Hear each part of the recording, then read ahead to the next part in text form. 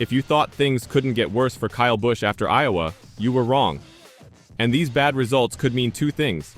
Busch wants to move to another team as this isn't working anymore, or other teams will stay away from poaching Busch as the spark isn't just there anymore. So which of these could it be? The two-time NASCAR Cup Series champion finished 35th in New Hampshire on Sunday, his third finish of 30th or below in the previous 4 races, after being lapped on pace several times and being involved in several wrecks. Kyle Busch lost control of his car and collided with the wall in an unusual accident while driving under caution. Then he simply walked away from it on the track. This has been a disastrous NASCAR season. Kyle Busch and the rest of the Cup Series field were getting set to resume racing. Then it was as if a switch flicked in the number 8 car. Busch lost control and smacked the wall.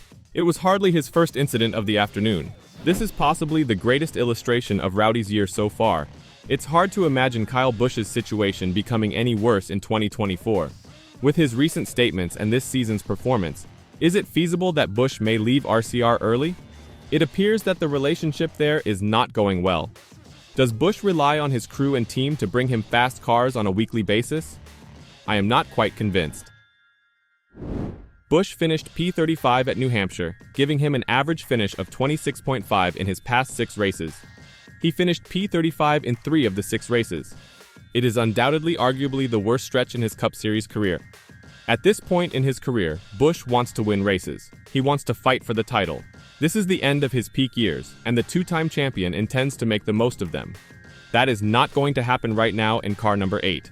Unless something significant happens, I'm not sure what the solution is for Kyle Busch and his crew. At this time, is there a solution for this team? Or is it all about rescuing what you can this year and praying for change in 2025? Kyle Busch is under contract with RCR at least until 2025, so he may have to stick it out. Given the direction RCR has taken in recent years, this is not surprising. Austin Dillon has underperformed. Yes, Tyler Reddick and Kyle Busch won 3 races in 2022 and 2023, but consistency was not RCR's strong suit, and it still isn't. Last season, it seemed like Busch and RCR were a marriage made in heaven. This season, he acknowledged that if Hendrick or Joe Gibbs wanted him, he'd go. That's hardly a commitment to Richard Childress Racing.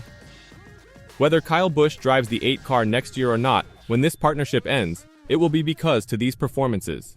Every week brings slow cars, mechanical difficulties, and new methods to lose. New Hampshire was just another example of the number 8 seeming disorganized as a whole. That may be the most serious issue confronting Busch and the number 8 team.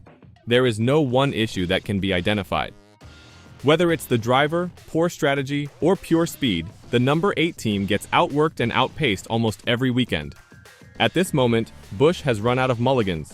With only 8 races remaining for Busch to make the playoffs, the number 8 crew must elevate its game or risk missing out entirely. Busch began his second season with Richard Childress racing well, topping the standings after 2 races and remaining on the provisional playoff field throughout the spring months. However, his season has increasingly shifted in the wrong way over the last several weeks. The veteran had spun from 5th place on the final lap at Sonoma Raceway, wrecked at Worldwide Technology Raceway, and experienced a technical failure at Iowa Speedway before Sunday's race. The overall outcome was a loss in the championship rankings. Busch arrived in New Hampshire in 16th place in the regular season standings, 31 points behind the playoff cut line after Daniel Suarez and Austin Cindric secured playoff victories. He departed the Magic Mile with a higher hill to climb following one of the worst days of his Cup career. Busch spoke NBC Sports' Dustin Long about his day in New Hampshire. "I'm proud of everyone at RCR and all the guys on the FICO team for their hard work this weekend. They did a great job making adjustments and repairs. We didn't get to qualify on Saturday and had only 5 minutes of practice. The FICO Camaro was a handful in the race, but Randall Burnett kept making changes. We worked our way back into the lead lap and thought we could pick up a few more spots, but unfortunately we hit the wall under caution on wets just before coming back to green after the rain delay and weren't able to finish. We'll take the FICO Chevy back to the shop to evaluate what happened and how we can improve on our New Hampshire package." Kyle Busch did not talk with media after leaving the treatment center in New Hampshire. Busch's average finish over the previous 6 races is 26.5. Is this rock bottom for the 2-time champion? Look, Kyle Busch's troubles are evident. His cars are sluggish, require too many alterations on race day, and he appears to have lost his competitive edge. I don't blame him. Being a 2-time winner must be difficult. But this isn't about Busch. Richard Childress Racing is experiencing severe issues. As a critical partner with Chevy, this should not be occurring. The Xfinity Series program is functioning smoothly. So, what's up with the Cup Series? Austin Dillon's average finish is P25. Last season, he had many DNFs. At this point in the season, he had 6. He currently has 2 this season. His average finish in 2023, after 18 races, was P22. There has been a drop-off across the board. Richard Childress Racing is suffering. Kyle Busch is struggling. Is there a solution to these challenges that does not need a personnel overhaul? It is difficult to imagine the ship righting itself at this point. But is jumping ship the solution? Some fans might like seeing Busch go back to one of his old teams, but this has also come with a lot of criticism, as you're not supposed to talk about other teams like Busch did. Thus, Kyle Busch has faced criticism for considering joining another team while still under contract. Busch's contract with Richard Childress Racing expires at the end of the season, although he has the option to continue with the company for another year.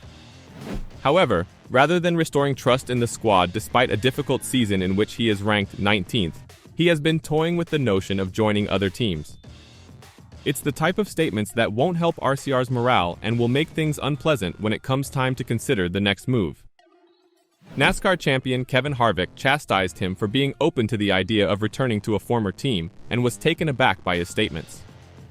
He threw out the Hendrick piece of it too. I mean, he basically got thrown out of Hendrick, right? Harvick remarked on Kevin Harvick's happy hour.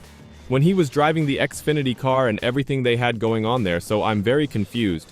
I'm so confused about making those comments about driving at Gibbs and Hendrick because I don't know what that does for you in making your situation better at RCR. I would say anything is possible, always, Kyle Busch told Fox Sports' Bob Pockris. Certainly if I was welcomed, I would go back. If Hendrick welcomed me back, I'd go back. But right now, I'm at RCR with my group of guys and the deal I have right now in place. So, we're trying to work and build this program and make RCR great again. He appeared to be playing the never say never card, since who would have believed he'd be driving for the owner of the car who had decked him? In the time, it did not appear that what he said on Saturday was a planned message to Richard Childress Racing indicating that he is leaving. Busch seems to be discussing reality, although uncomfortably. For the record, don't expect him to ever return to Joe Gibbs Racing or Hendrick Motorsports, and of the two extremely implausible situations, a return to Hendrick ranks higher than a return to JGR.